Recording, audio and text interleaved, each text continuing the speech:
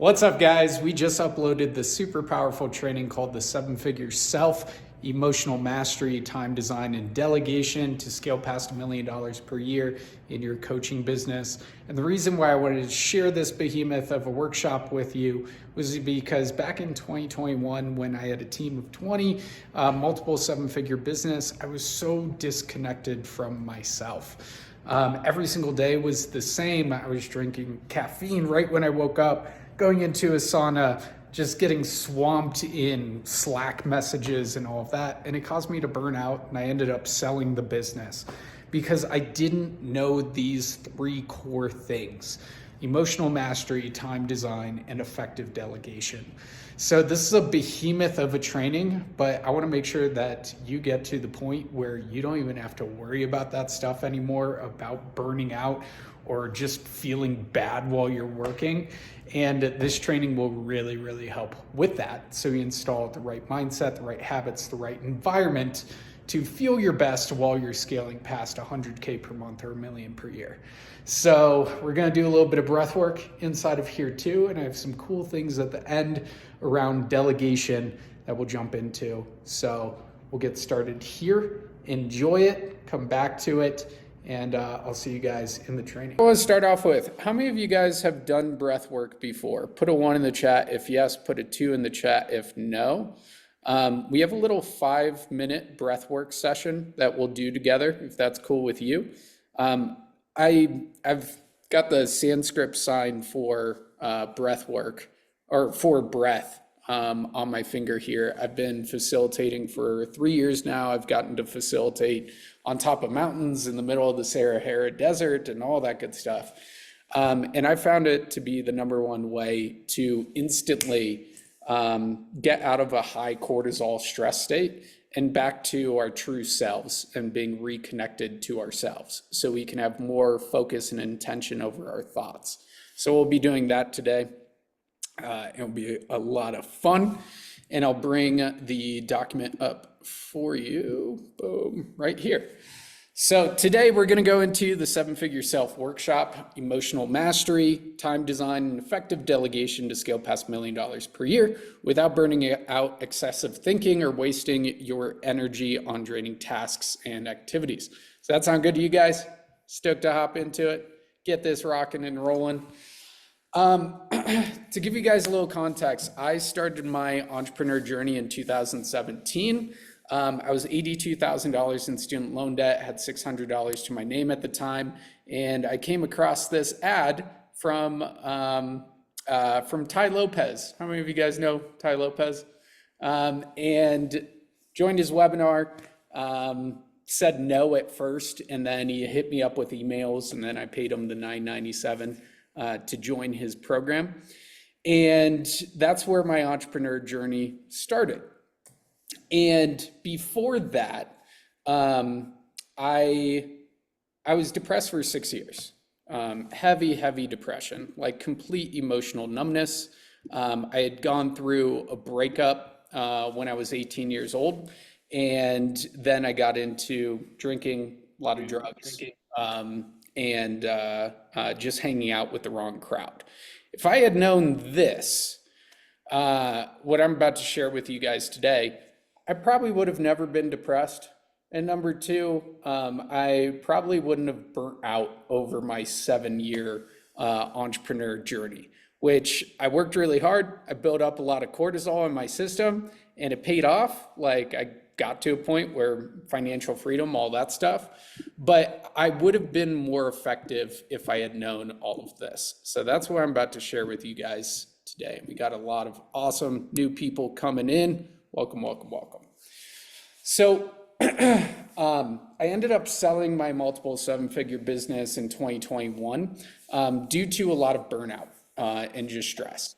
And it was awesome. Got a good payout, and then I took a year off and went to Africa, Europe, Central America, just traveled a bunch.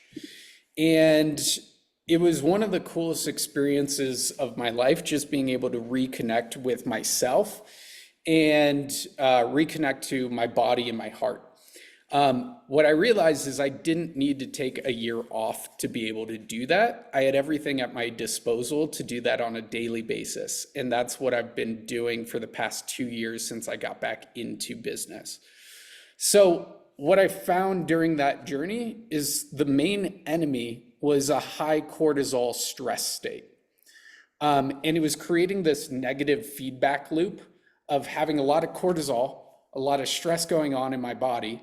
And I didn't allocate time to diffusing, getting out of the head and back into the body on a regular basis. And I'm going to show you how to do that today.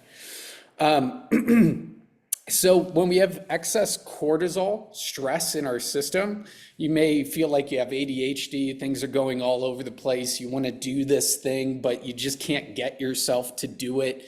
It's causing all of these negative thoughts, and it's just this negative thought loop down and down and down.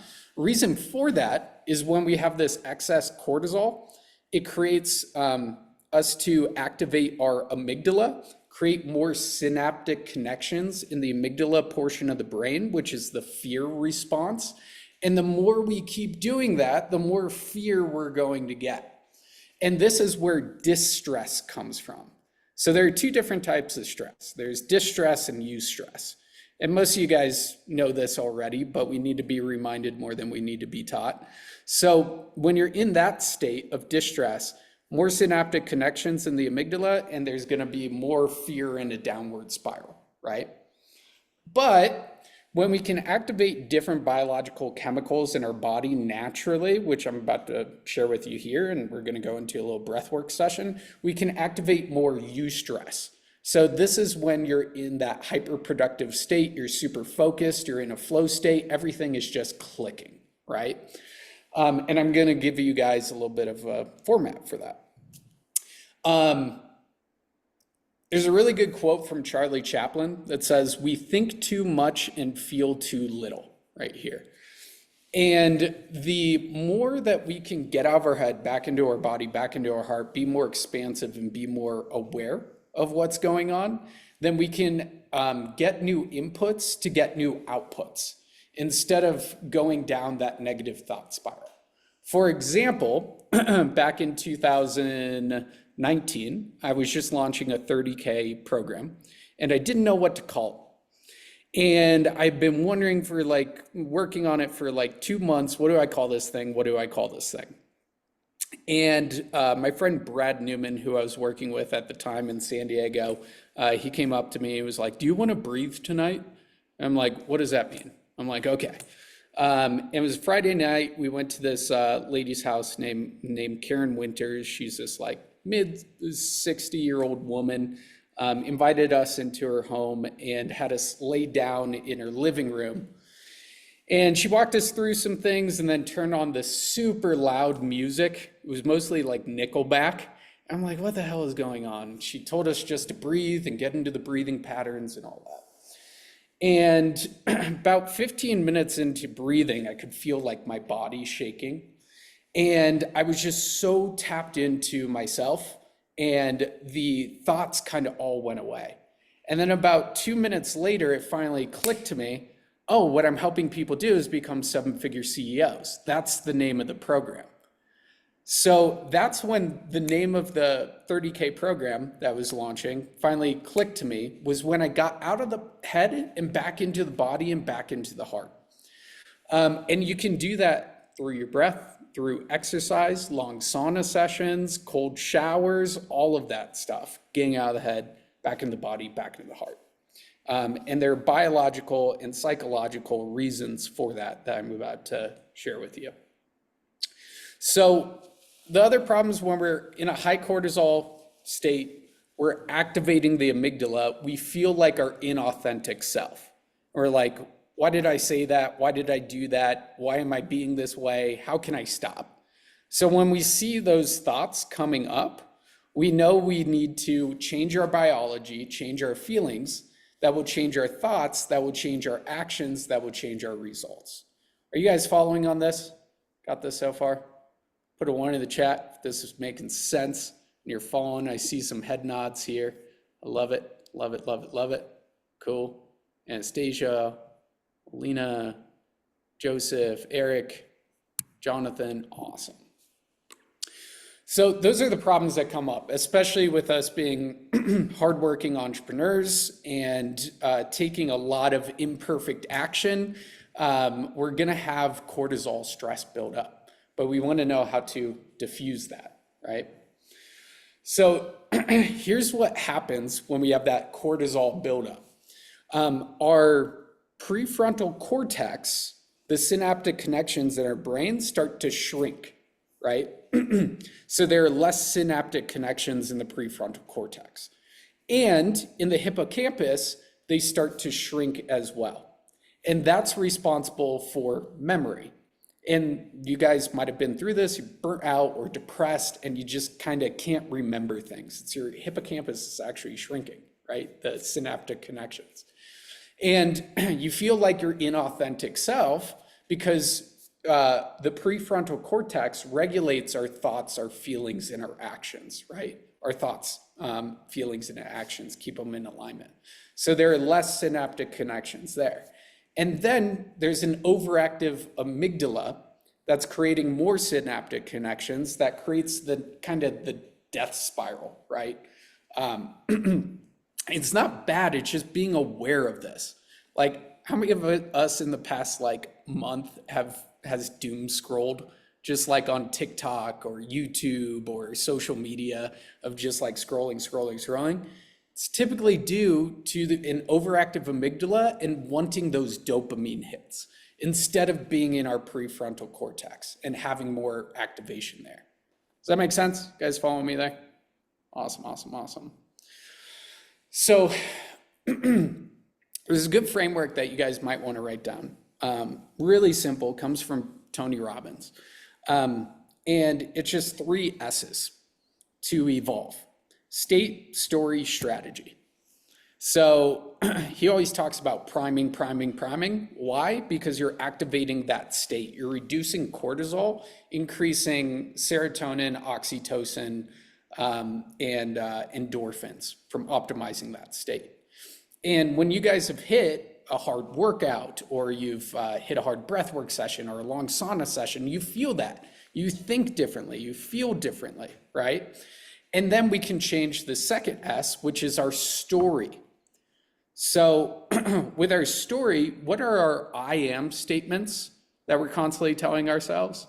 Like, there's a big difference between I am weak, or I am always losing, or anything like that, to I master my fate, I'm captain my soul. I do everything I put my mind to. I take action with flow and ease.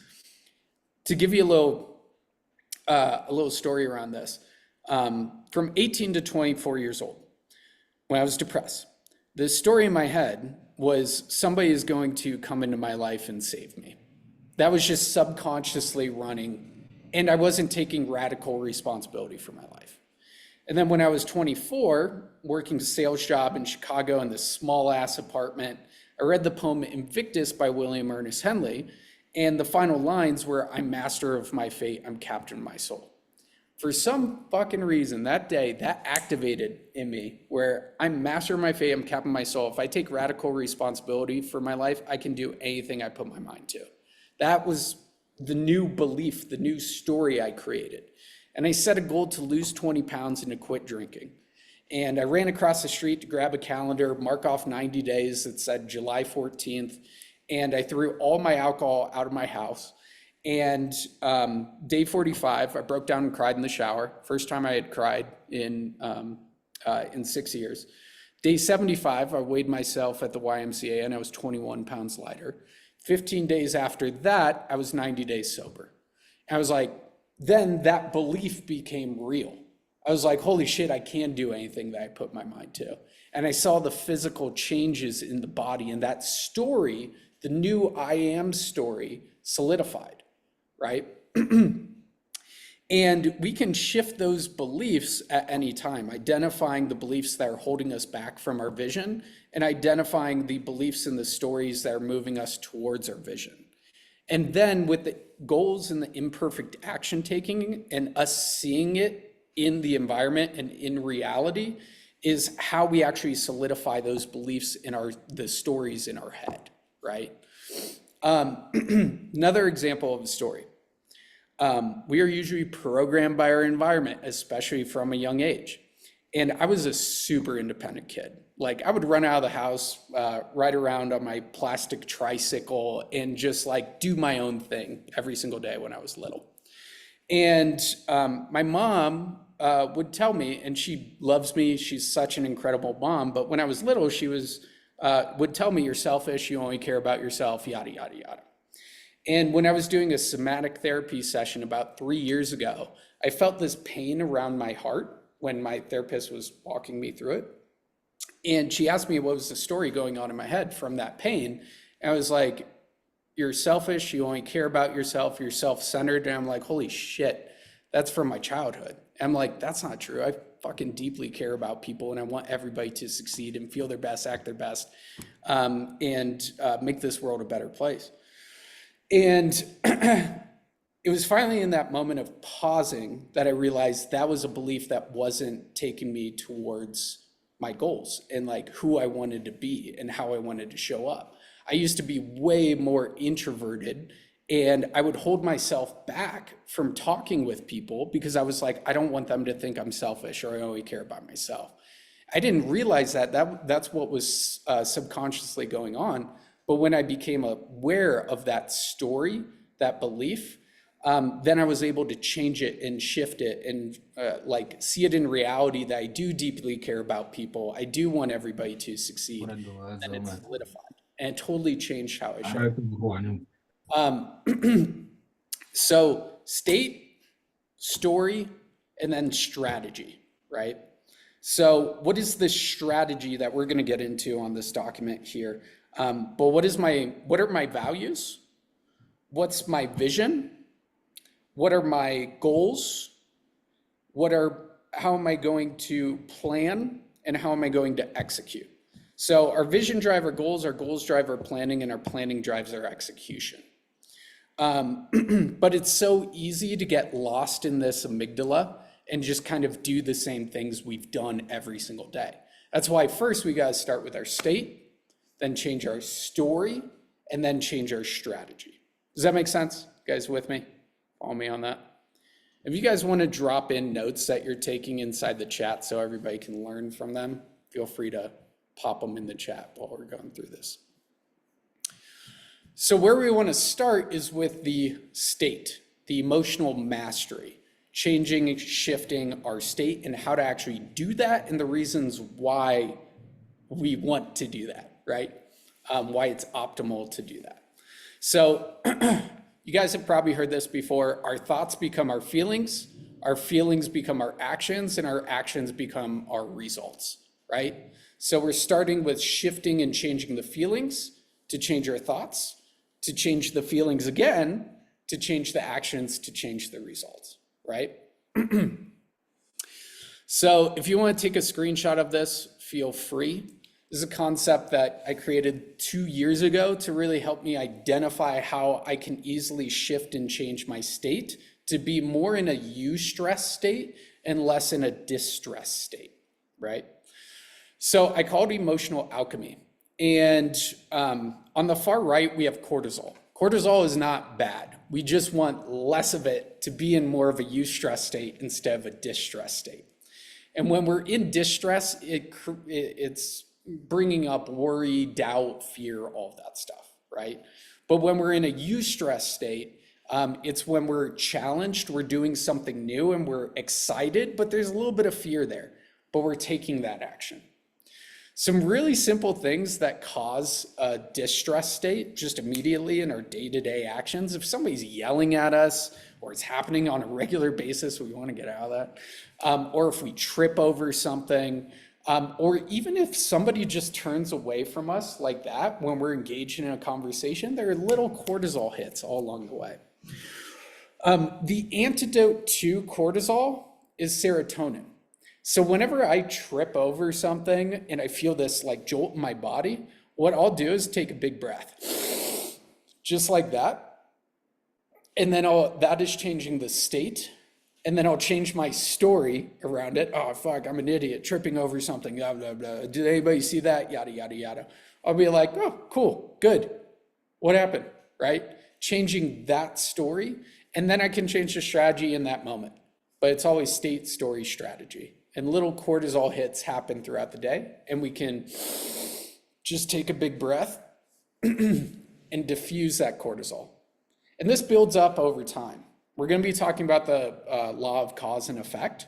The more we can increase our serotonin, our endorphins, our oxytocin, and stabilize our dopamine baseline, and we do it consistently over time, we totally shift our internal state.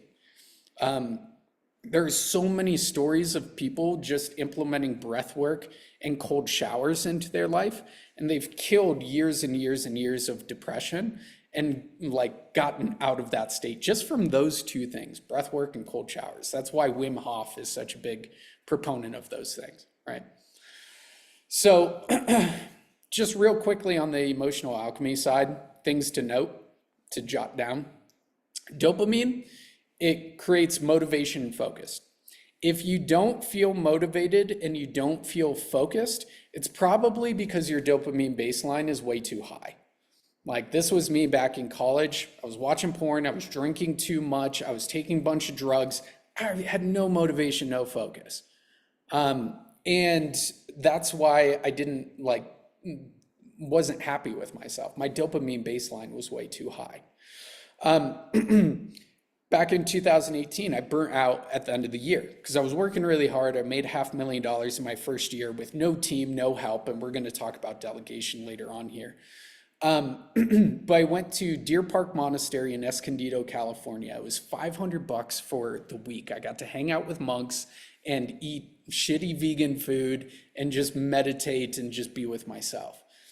It's dropped my dopamine baseline a lot, just in a week. And I came back and I tripled my business the following year. And while I was there, I had so many ideas that just kind of came to me. And it was because I was dropping that dopamine baseline and I had more natural motivation and focus like there and with the year to come, right? But I could have done this on a regular basis if I just meditated every day. So you might want to jot down next to your notes, in dopamine, meditate. It's the easiest way to drop our dopamine baseline so we naturally have more motivation and focus throughout our days, right? Does that make sense? You follow me? I see some heads nodding. David, Eric, awesome. And ways we can produce this in other people is storytelling. So dopamine is the pursuit of pleasure molecule. So when we're storytelling or we're hearing stories, we're wondering what's going to happen next, what's going to happen next. So it naturally creates more dopamine within ourselves and other people, which is pretty cool. Also, when we have a compelling vision of our future and what we desire, and we're thinking about that, if we're just visualizing, it creates more dopamine because it's the pursuit of pleasure molecule. We're like, cool, this is a meaningful goal, meaningful vision to me. And thinking about that more and having the actual visual in your head will create more dopamine within yourself, right? Natural dopamine. So then next, serotonin. Serotonin is the antidote to cortisol. Breath work, meditation, walk in nature. Gratitudes is more under oxytocin. I've got to edit this. But this is the happy, joy, calm molecule. When you're just sitting there and you feel good and there aren't many thoughts going on in your head and you're just kind of flowing, it's usually from serotonin, right? Then endorphins. Endorphins are the painkiller molecule. And with our clients, every single session, I'm usually talking about go to the gym, lift some weights, get some endorphins going, because the most successful entrepreneurs can take on the most stress. And we're naturally releasing these good stress chemicals when we're working out so that throughout the day, when we're taking on more stress, more things are coming our way, we can take them on. So endorphins, working out, laughing, visualizing funny moments, that sort of stuff, really good stuff. Another way to produce this in other people is just by jokes and humor.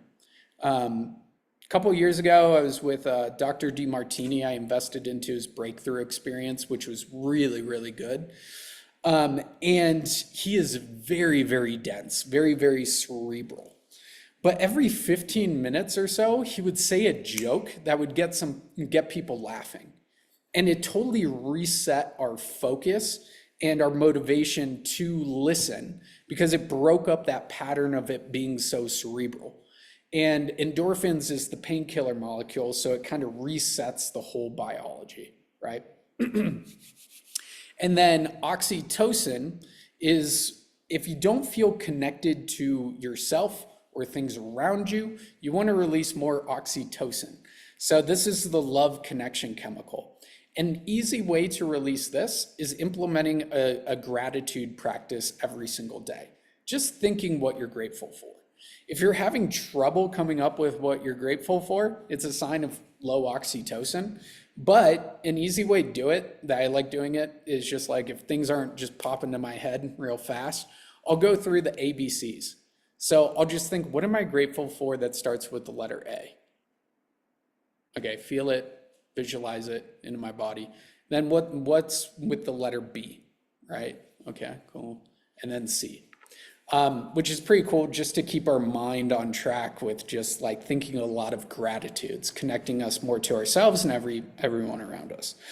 Oxytocin is big, big, big with other people in our life.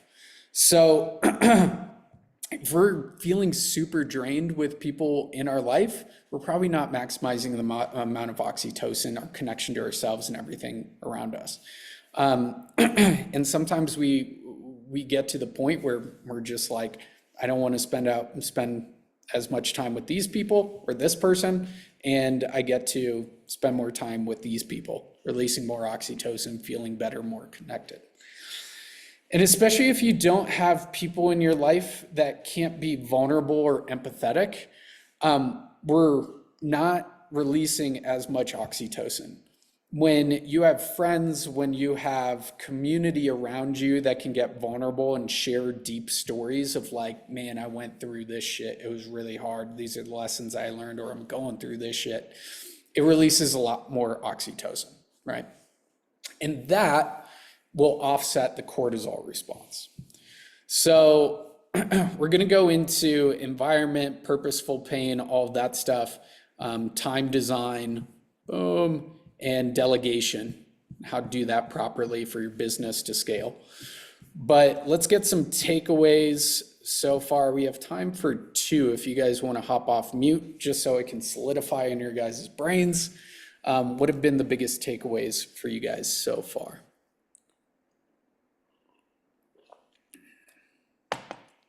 Fahim? The quote from Charlie Chaplin, we humans think too much and feel so little. I love it, dude. Yeah, it's one of my favorite quotes. And That's there from was another one. yeah. Sorry? That's from the 1940s, like before we even had technology, like the iPhone and all that stuff, which is crazy. But yeah, go ahead, Fahim.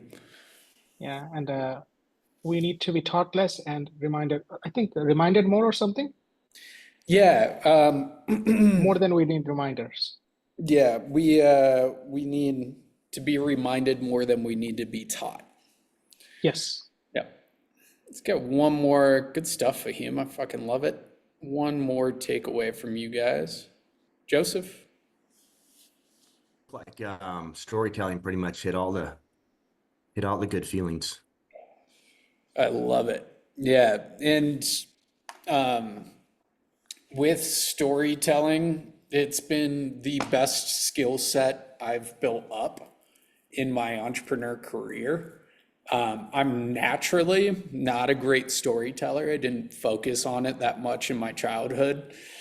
But I've bought a lot of programs and got a lot of mentors to help me with storytelling. Eli Wild, Eli Sanchez, they're freaking great. And it's allowed me to be a better presenter and a better leader on my team and a better salesperson with storytelling. So I love that you brought that up, man. Cool.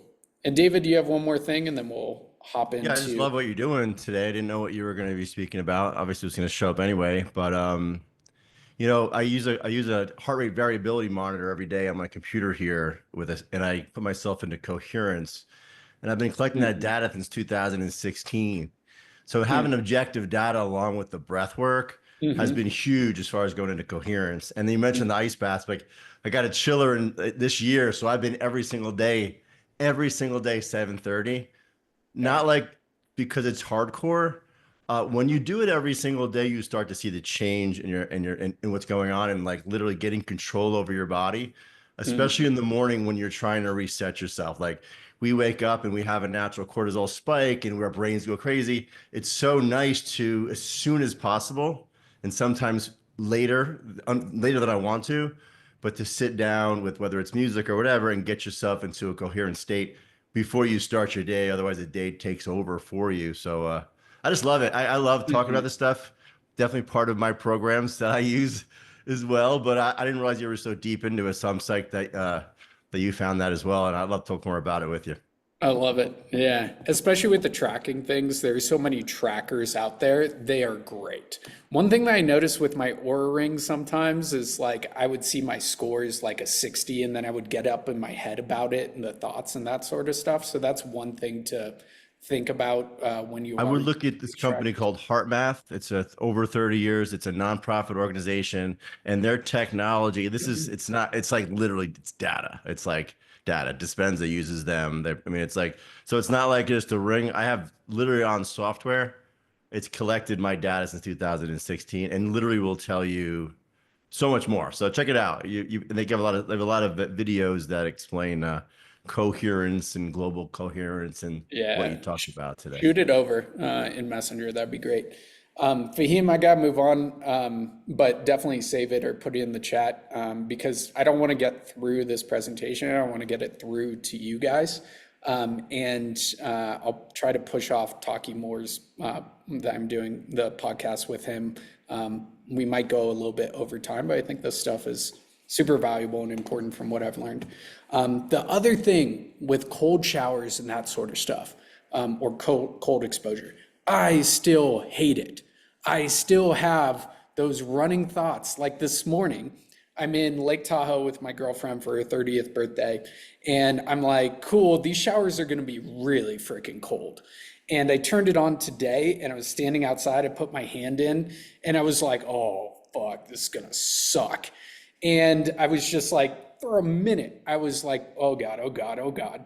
That's completely normal. And when we just do it anyways, that's where we get that big boost of like, I can do anything I put my mind to. So I took a deep breath and I just breathe. Like when I get into cold exposure showers or a tub, I always take a deep breath in. So when that cold hits me, I breathe out. When I've done it the other way, where I just like hyperventilate, it doesn't get the best results. But I got in, I counted 20 deep breaths in and out, and then I'm like, cool, I hit my goal, I got out, and I feel really good today. So if you still have those thoughts, that's normal. It's noticing those thoughts and doing it anyhow, right? Cool. So, Jonathan Walker, good to see you, man. Thanks for being here. Turn the camera on. You guys are gonna get a lot more out of it. Phil Turner with the Yes, cameras sir. on. Love it. Um, My I'm on my iPad because the link doesn't work. I haven't got on Zoom on here. Is there a way, like it says, like when I clicked on it, it just shoots me to says the link isn't safe and go back to safety and if stuff you're like on that? MOF Zoom, that might be the case, but I'll drop the link again and then we'll hop back into this. Boom. That one should go straight there. Perfect. I'm gonna get off and then get on my computer. It's a lot easier. Thank you. Yeah. So one thing to note with emotional mastery, people talk about mindset, mindset, mindset. I'm a much bigger proponent of collapsing time and dropping into the right environment, which will naturally change my mindset. For example, back in 2018, when I burnt out, like I was not in the right environment to recover myself. So I went to Deer Park Monastery so I could meditate and do all that stuff for a week and recover myself. I was like, cool, I'm going to get in the right environment to do this and build these skill sets, and then I can come back, right? Or 2017, when I was working a 9 to 5 job and I joined Ty Lopez's program. It was a new environment that I needed to get in because I was surrounded by a bunch of 9 to 5ers. I didn't have other people that were entrepreneurs that I could surround myself with and get new inputs that created new outputs, right?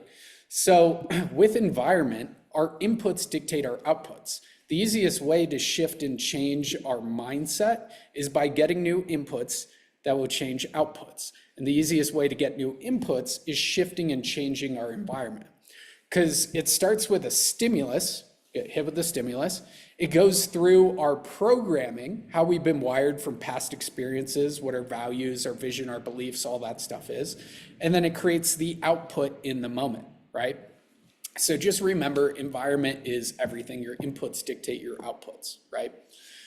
Also, put one in the chat if you guys have read the Kybalion or gone through Hermeticism. That book kind of simplifies the Kybalion as the 7 laws of the universe. It's one of my favorite books that I've ever read. Put a 1 in the chat if yes, put a 2 in the chat if no. I'm just curious on this. But there's 7 universal laws. One of them is the law of cause and effect. So after this presentation today, if you guys just remember the emotional alchemy, dive into these activities to shift and change your biology, and you're consistent with it over time, you will see the effect of that changing in your biology and how you feel, how you think, how you act, all of that stuff, because it's a law of cause and effect. But it's the amygdala that causes us to stay in our old patterns. So shifting the state is how we shift that first to change our story, which changes our strategy. So just remember, there's a cause and effect to everything here. Yes, Hermeticism, Victor, love it. Alex, Phil, Joseph. The Kybalion is a book that I highly recommend to everyone. Old ancient wisdom came from 4,000, 5,000 years ago. And then this book was written in the 1920s that kind of simplified Hermeticism and those practices. Cool. So we talked about oxytocin and changing our biology. The biggest effect on our biology are the people in our life. The people in our life are our life. And I like to, what I share with our brotherhood and sisterhood clients is categorizing the people in our life. So who is a part of my soul family? Who are the 12 people that light my soul up the most and I enjoy spending the majority of my time with? And we just pick 12 as like the number, like just a magic number. But you just spend more time with those people. For example, one of my best friends is Dakota Lawn Hair out in San Diego, and I'll hit him up with funny Instagram reels and hit him up with texts every so often, and like we'll connect on a call every single week. He's part of my soul family. He's not in this environment, but I can hit him up every so often. Or my girlfriend, she's part of my soul family and also my soul mate, the person who we're spending the majority of our time with. And we want to be very conscientious of choosing our soulmate and especially communicating with them. Who's a part of our financial family? Do we have people in our life that are heavy on business, heavy on finances? Because those people will help us create new inputs that will create new outputs. Who's part of our business family? Who's part of our fun family? And just categorizing it in different ways. So I have a bunch of friends from high school that are part of my fun family, but not part of my soul family. But I still love hanging out with them and talking with them, that sort of stuff. So cool little framework just to categorize different people in our life and identifying where we want to spend the majority of our time, right? Cool. So another point I want to hit on emotional mastery is purposeful pain. So we get to choose our pain. Is it the pain where we're just going to dwell in self-doubt and stay in a place where we just feel stuck or plateauing in our life or in our business? Or are we going to choose purposeful pain that turns off the brain, turns back on the body, and turns back on the heart? Example of this is a cold shower, turning off the head, getting back into the body, getting back into the heart, and being like, I do everything that I put my mind to.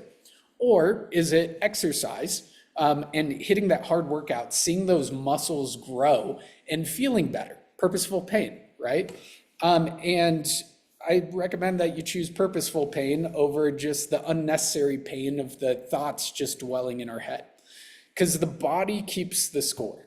There's actually a great book on this, but we get these emotions stuck in the body from past experiences, dwelling on them, that sort of stuff. When we activate our body and we activate our state, that's how we process the emotion and allow life to flow more through us than get stuck inside of us. For example, I hold naturally a lot of pain around my heart. That's where it manifests. So when I started doing breath work in 2019, I noticed that pain started to go away around my heart and where I was holding it. And now it will come up every so often where that pain, an event will happen, something like that. But now I know how to process it and allow it to move through me and open up that source. Especially if we haven't been in our body in a while, it's hard to identify where we hold our pain. But the more you do these activities, the more you'll notice where that pain is being held and being able to focus on that and release that. Does that make sense? Cool. Sweet. Then other note, this is another principle from the Kabbalion, the all is the mind. Our thoughts become our feelings, which become our actions, which become our results. In doing these activities, it's so that we can change our state and notice the thoughts that are going on in our head. When we're meditating, when we're working out, when we're in a long sauna session, you guys notice the thoughts that are going on in your head. So you can shift and change that story, which would change your feelings, which change your results, actions, and will change your results, right? So we're gonna go into breath work in a second here, but I wanted to give you the quick breakdown of the natural biohacking. Dopamine, meditation. Like lower that dopamine baseline, you'll feel more motivation, more focus. Serotonin, breath work. HIIT breath work releases a lot of serotonin, reduces that cortisol. Endorphins, exercise, workout, get in a good state. Oxytocin, gratitude, right? Thoughts of gratitude. And then kind of what David was bringing up with the cold showers. Sometimes you don't even need a coffee in the morning when you hit a really good cold shower or cold plunge. It releases a lot of norepinephrine, which creates more eustress in our life instead of distress, right?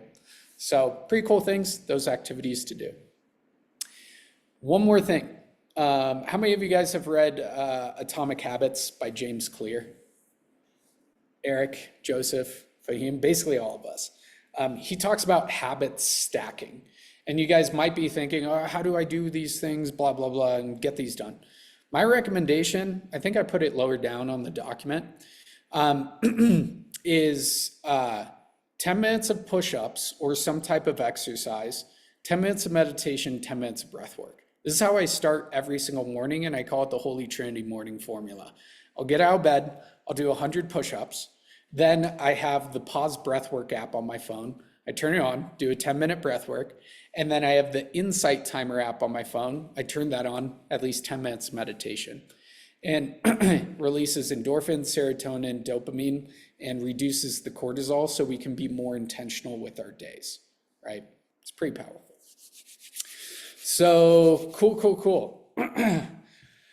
We have time design as well and delegation. We'll see if we can get to that today. The delegation is really, really powerful with these exercises and growing it. I'll be dropping this document inside of our new Facebook group. So if you guys aren't a part of that yet, just hop into that group. We'll get you accepted today. And we're talking a lot more in business inside of there. I just dropped the link in the chat. Boom. But this is the point where you get to experience it. And we're going to do a 5-minute power pivot breath work together. And to give you guys some context, I teach breath work in 3 different ways. There are 3 different types of breath. There's water breath work, which creates heart-brain coherence. So water breath work is like box breathing. 4 seconds in, 4 seconds hold, 4 seconds out, blah, blah, blah, blah. After 12 rounds, your heart and brain get more in coherence and speak together, right? The majority of the day, I'm working on having even breathing patterns and getting out of the head, back into the heart, and having the coherence, right? And then we have coffee breath work, which we're gonna dive into here, which creates energy and groundedness and focus. So this is like breath of fire, usually like 5 to 10 minutes, those sessions, quicker ones, coffee breath work. Then you have whiskey breath work, which is like 25 minutes plus a Wim Hof holotropic breathing. You're laying on the ground and you're just like going all after it. I like to do whiskey breath work twice per week, usually like 2 to 3 hours before bed. Coffee breath work I do every single day when I feel my cortisol and my stress go up, help me bring it back down. And water breath work, I'm working on doing that whenever I gain consciousness of it. I just breathe in peace and breathe out over and over and over. Does that make sense with the different types of breath? Sweet, sweet, sweet. So, boom. This is part of our Self-Mastery Academy, and cool if I share with you guys an opportunity before we go into the breath work together of next steps. Put a 1 in the chat if yes, put a 2 in the chat if no. Boom, boom, boom. Cool. Kayla, Eric, Jonathan, Lauren, Lena, love it. Riley, sweet. Victor, cool. So next steps, if you're enjoying this and want help scaling your business and being around a community of badasses, we have our 7-figure CEO 7-day accelerator for only $47 today. We'll hop on a call with you, nail down your offer together. You get access to our 150 trainings, SOPs on offer, marketing, sales, fulfillment, operations, team, and finances. We have 3 60-minute group calls during those 7 days and 1 more self-mastery session on Tuesday. Plus, as a bonus just for today, you guys will also get our Self-Mastery Academy for 7 days as well with the Human OS and all of that stuff. So if you're looking to dive into more of this, the emotional alchemy, the mindset, the systems behind this, and also get our help to scale your business from 0 to 6 figures or 6 figures to 7 figures, we'll help you with your offer, your marketing, your sales, your fulfillment, and your operations. For everybody currently in the program here, if you're not in our Self-Mastery Academy yet, hit Lauren up. She will get you in today. And if you guys have already been a part of the 7-figure 7-day accelerator, shoot me a note here and I'll send you over the 7-day access to our Self-Mastery Academy as well. So I'll drop that in the chat. If you guys, boom, want to optimize your offers, your marketing, your sales, all of that stuff, just $47 today, get access to everything, and we hop on a one-on-one call to optimize your offer, your sales, all of that stuff. So, cool. So I want to drop that in. And inside of our Self-Mastery Academy here, we have different breathwork sessions. This is my favorite that we're about to do right now. I call it Power Pivot Breathwork. It's a coffee breathwork. I'll do this like 3 times a day whenever I feel my stress going up. And Aurelia actually heard me do it about an hour ago before this presentation. So we will do it again. Sound good to you guys? All right, cool. Pull this back. So just do not stand up for this. Just sit back in your chair, relax. The things I like to say to myself during breath work is surrender, relax, let go, and just be in the moment. The space between the notes create the music. The space between our thoughts creates more music out of life. So we're going to create some space between those thoughts to create new intentions, to create a new reality, create a new life. So, sweet. Hey, and welcome to 3 rounds of energy breathing. Inhale through your nose and exhale through your mouth. Sit down or lay down and prepare for breathing.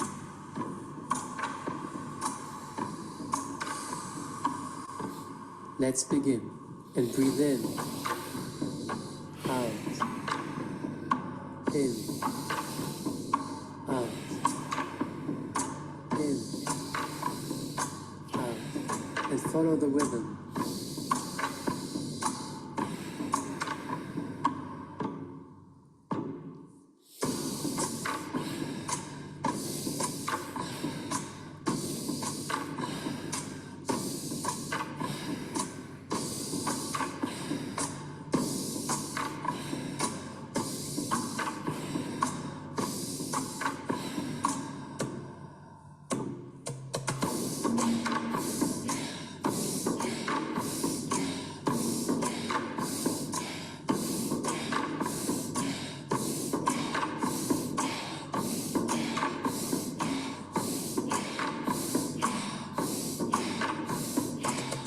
Take a deep breath in and exhale fully.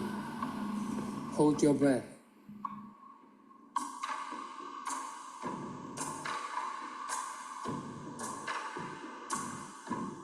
Prepare for round 2. And breathe in, out, in, out, in, out, and follow the rhythm.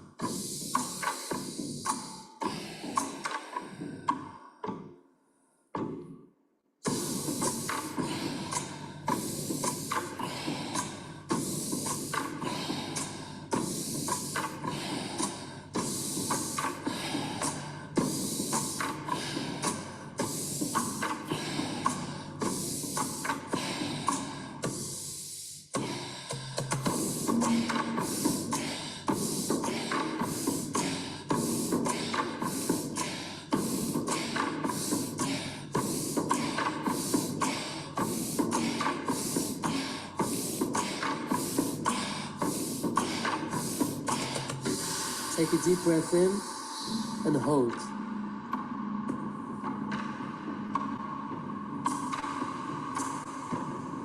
And breathe out.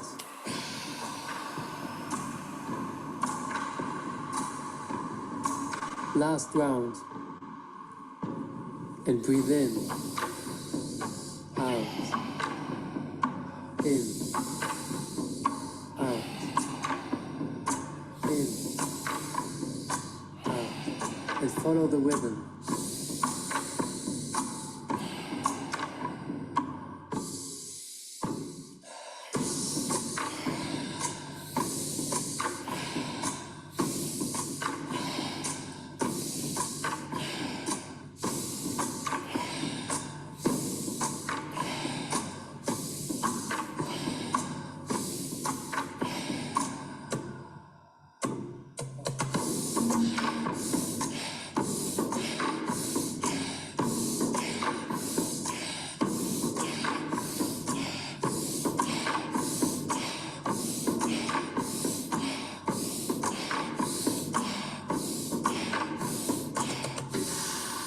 Take a deep breath in and hold.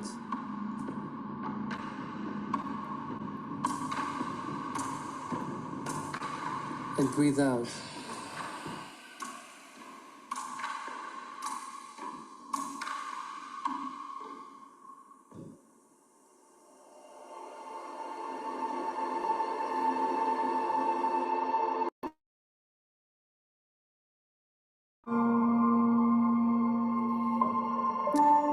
Just keep your eyes closed.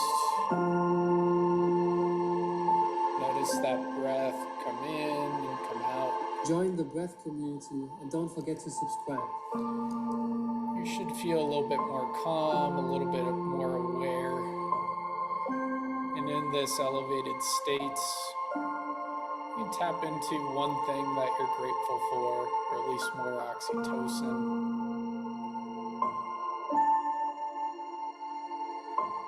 Maybe it's a person, maybe it's a place, maybe it's just a feeling.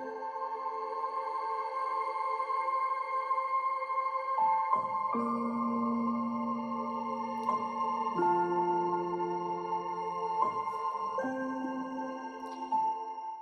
this elevated state as well, you can imprint those new beliefs, those I am statements, and tap into your vision.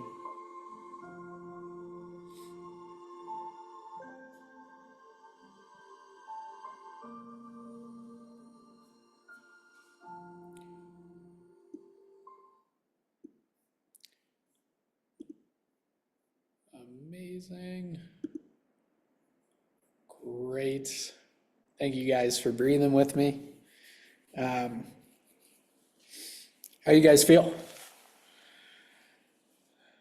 A little bit more calm, a little bit more grounded.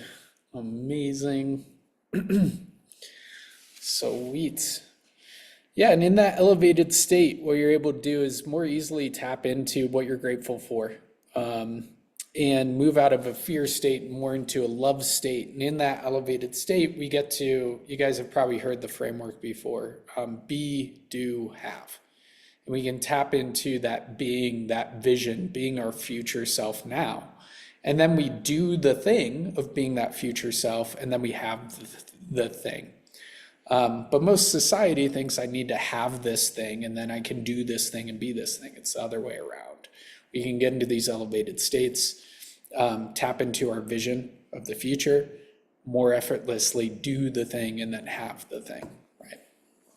So, cool. I'm gonna text Taki to see if I can push back the workshop a little bit, or the podcast with him. And we've got some really good stuff coming up around around time design. Time is what we want most, but what we use worse, and diving into that. So let me give him a text.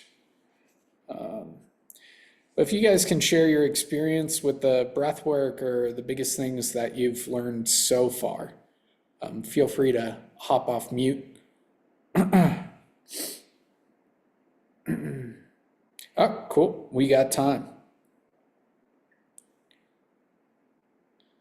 Cool. I just canceled with him, so that works. So, biggest takeaway so far. I got more time to provide more value here for you. Yep. Cool. Phil, Kayla, Fahim. I can share a little. Yes, Kayla. Hi. Yeah, I feel like so my word for 2025 is trust. And I found that in that breath work and doing just kind of that like coming back into the body, anchoring back into the body, it really instills like a deep sense of trust, which I think is really important as an entrepreneur because we're kind of needing to trust our whole kind of vision, our idea, our business, and like what we're offering. And so it was really helpful to sink into that trust just through, I think it was like less than 10 minutes. Yeah. Yeah. So good. I love that you bring that up, Kayla, because these activities are a really easy way to reconnect with ourselves, get out of the amygdala, back to the prefrontal cortex, and trust ourselves and feeling in a more optimal state. If we can trust ourselves, then we can trust others, and then we can trust the world. And it starts with trusting ourselves first, and then we can trust more of just life in general. And tapping into that trust of the universe, that life is always happening for me, not to me. To me is victim, like I was there for the majority of my life, and giving away my power to others, being in that it's happening to me, why? And I'll drop in there every once in a while, but it's how quickly do we get back on the horse of why is this happening for me, right? And it creates more awareness and synaptic connections in our brain to see more possibility and opportunity in life. The more we can tap into that over and over and over and trust everything. So I love that. Cool. Great takeaways. what we're going to get into next, you awesome people still here. This is going to be pretty fire. This is time design. So what's really important is optimizing our state, because when I get into lower states, or when I've been in lower states, it's been a lot harder to design my time and stick to my time design. So we might set up our calendar blocks and that sort of stuff, but if our state isn't feeling really good, we're just going to be like, fuck it, you know? So it's about doing these energy rituals and continually optimizing our state, taking the imperfect action, seeing it in reality, and then designing our time around what I'm about to show you. So one of my favorite quotes is, time is what we want most, but what we use worse, especially when we're in that amygdala state and we're just like being run by that amygdala. And we just waste a bunch of time. But if we can get into a good state and design our time and stick to the time design to our best of our abilities, then we're much more likely to get to where we want to go in business and in life, right? So it doesn't start with the time. We want to identify where is our time most meaningfully spent for our life and for our business, right? So it starts with identifying our values. Our values are what we care about. They're unique to us. And Dr. DeMartini has a really good book called The Values Factor that dives deep into that. That was my first experience with identifying my own values. Now I teach it a little bit different of a way, where we categorize our values, which I've just found it to be easier in our life, and it's part of the Self-Mastery Academy. But one category is that's super important is lifestyle values. So tangibly, what lights me up the most in life? What fills me with the most love and joy? For me, that's community, connection, philosophizing, travel, and family, right? So I built my business and designed my time around those things. On a weekly basis, we meet up with people in Cabo for community and for connection. We make sure we always have at least one of those things on the calendar. For family, I'm spending so much time building my future family with Aurelie and doing different activities with her, traveling here to Lake Tahoe and expanding on our future family. Travel, really big for me. I usually travel somewhere new every other month or so. And philosophizing is giving myself the time and space to think of how I think about life and designing new systems around optimizing that. This is an example of this. This is me living in one of my values right now, sharing what I've philosophized on, right? So we need to know our values to be able to design our time around what lights us up and fills us with the most love and joy, right? To optimize our life. Values are, what do I care about? Then vision, where do I desire to go? Where do I desire to go? We have a 1-year aim. It's like a rough vision. It's like a mix between goals and like a vision. We have a 3-year vision, because there's the rule of threes: 3 weeks, 3 months, 3 years, which is actually a good like time chunking framework to see results. So we'll see a little bit of results in 3 weeks. We'll see a change in 3 months, and our life can be completely different in 3 years if we do it right, right? And with our vision, what's our life going to look like? What's our business going to look like? What are our relationships going to look like? What are the tangible things we're going to have in our life? What are we going to feel in 3 years? How are we going to operate? How are we going to communicate with people? That sort of stuff, right? What's our vision? Where do we desire to go in 3 years, in 10 years, that sort of stuff? Just create a rough version 1, and we have this inside of the Self-Mastery Academy as well, if you want to go deeper on this. Then beliefs are, what must I think in order to get there, right? We create our beliefs from our vision, not our current circumstances. So what are the I am statements, the people are statements, the life is statements of your future self in 3 years and 10 years, right? And we install those now, so we be that, do that, have that, right? And then principles, how must I act in order to get there? Simple principle statements for ourselves and how we take action, for our relationships, for our finances and investing, right? One principle for me, for my team, is if I won't work with somebody for a lifetime, I won't work with them for a day. That helps me make a decision on how I act in terms of how I hire, right? That's a simple work principle. So self, work, relationships, and finances, investing, that sort of stuff, principles, right?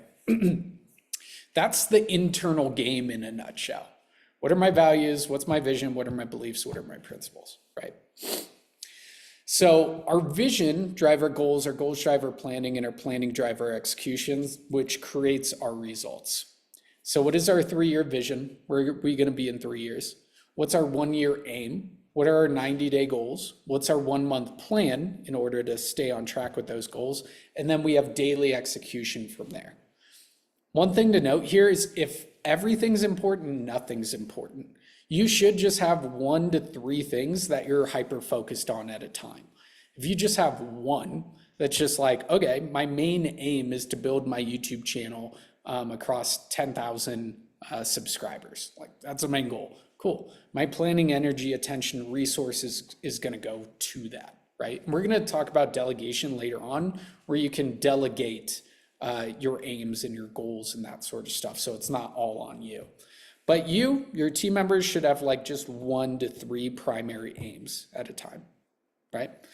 Does that make sense with me there? Cool. So to get from where we're at to where we want to go, it's just a matter of building skill sets, right? So maybe your skill set that you're hyper focused on right now, that you're devoting the most of your time into to get new inputs, to get new outputs, is sales.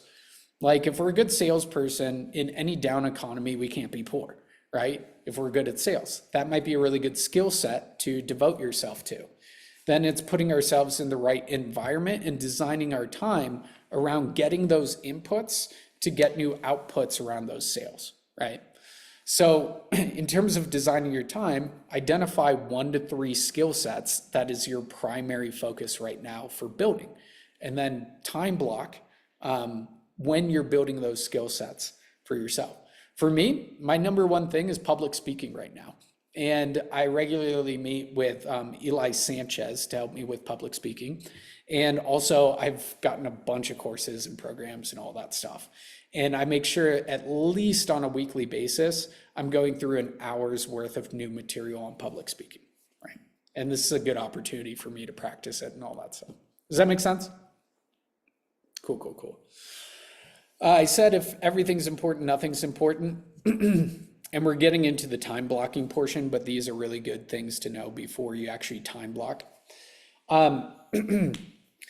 One thing that's really helped me and our clients as well is looking at our life as not like this is happening forever, but instead looking at it as different seasons, right? There's a self season where you're focused on, your primary focus is health, nutrition, personal goals, that sort of stuff. There's a wealth season, which is growing your business, investments. I'm going all in on this. There's a relationship season of, I feel disconnected. I've been isolating myself. Let me just connect with a bunch of people and meet new people. And there's a spirituality season where we ask the big questions. What are my values? What are my vision? What are my beliefs? What are my principles? And these seasons might last a day, might last a week, might last 90 days. What is your primary focus today, this week, this month, this quarter? Is it yourself? Is it your wealth? Is it your relationships? Is it your spirituality, right? For example, I subconsciously went through these seasons, and some of these seasons I was forced into. Some of these seasons, when we can be more intentional with the season that we're in, we create a more optimal life for ourselves instead of being forced into one of these. For example, I went into a self season in 2017. It was my 90-day goal to lose 20 pounds and to quit drinking. And I still worked, I still made money and that sort of stuff, but that was my primary focus, and I achieved those goals over 90 days. Then I was fit, I was feeling good, I felt clear. I bought a bunch of courses, a bunch of coaching programs, and I went into a wealth building season. And I wasn't intentional with my seasons back then. It was like a 5-year wealth building season where I was just going after it.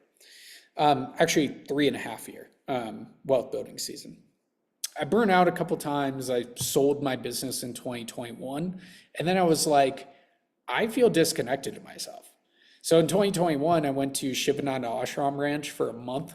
I just mowed the lawn, did karma yoga, chanted, meditated, did that every single morning. And I tapped into that spirituality season, which was, what are my values? What is my vision? What are my beliefs? What are my principles? That sort of stuff. And I was like, I'm fucking lonely. I've just been at an ashram for a fucking month. I want to meet up with people. And I went into a relationship season and signed up for this thing called, what's it called? Experience House. One of our clients, JC, invited me to it. And it was 25 entrepreneurs and artists in Morocco. And we just got to hang out for a month. And that filled me up. I was in that relationship season and I traveled different places, met up with people. And then I felt the nudge of like, I'm feeling great. I'm going to go into a hard wealth building season. And I launched a brotherhood and a sisterhood in 2020. And then I've cycled through those seasons for the past 3 years. And I've become more intentional of like, this is a self day. Like my energy is a little bit lower. I'm going to hit more breath work. I'm going to go to the gym. I'm going to blah, blah, blah, blah, blah. Right. Or I'm feeling really good. I'm going to go into a wealth season, grow this bad boy. Right. So the 4 seasons of life are really, really powerful to think through. Before we go into time blocking, the most important part here in delegation, what are some of the takeaways for you guys? Anthony, Bruno, Jiren, Kevin, we've covered a lot here. Self-awareness. Love it. What do you mean by that, Phil? Well, you're getting into some of the things that I'm familiar with and from Gino Wickman's Traction Series EOS. Yeah. You're heading into it here in just a minute.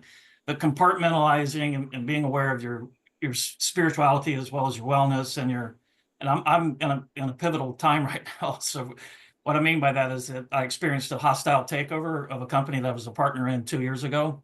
Mm-hmm. And the CEO was disturbed, should I say, and kind of drove us into bankruptcy. We were heading in that direction. We were turning $4 million a year and on track for $8 million, and then he just mentally lost it. Yeah. Of course, this was shortly after COVID too, right? Which was it was difficult enough to manage. But I say that not to criticize or anything like that, but we've had a fire sale, closed the business down in February last year, finally, lost millions, that sort of thing.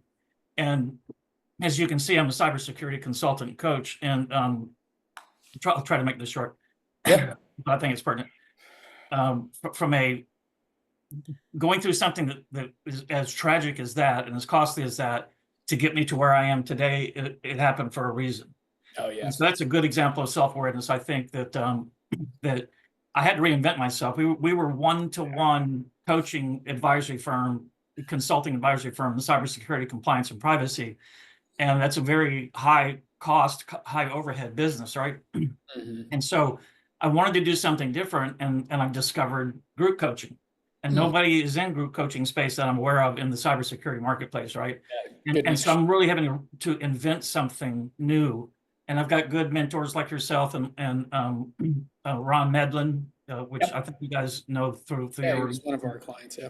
And so recognizing, and then there's the trust factor that someone mentioned a few minutes ago, is that since I'm walking on a high wire with no net in this new business model in an industry that is not familiar with it really, I'm reinventing the wheel basically, right? So I need a lot of validation from the public and trust in myself to be able to create something, right? So I'm not afraid of entrepreneurship, but this is really walking on uncharted territory, and that makes it very, very different. So I see a lot of folks in various industries that are in group coaching. There's a significant number of most of those types of skills, right? But not cybersecurity. So my mentors at Ron, for example, he and I are meeting again tomorrow, but we're having trouble getting a grip on just the product itself, right? I have the core offer, and I understand the front door offers, and of course, we've been selling the high-end offers for years anyway, but Yep. that's not scalable. So I'm Yeah. having to develop something that's scalable, right? So I have to be very self-aware of myself mentally, emotionally, spiritually, physically. And so this is really meaningful to me, and I appreciate that very much, Andrew. 100%. I love the whole breakdown, Phil. I love the point of like our pain becomes our purpose and our mess becomes our message, and always seeing things as life happening for us, not to us. Yep. Because how we get stuck is like life is happening to us and we go through a downward spiral. But we can always remember that our pain becomes our purpose and our mess becomes our message, and it's always happening for us. It took me a while to get here too, right? From a mental Yeah. perspective to let go of all of that trash, that garbage, and recognize that that was not about me.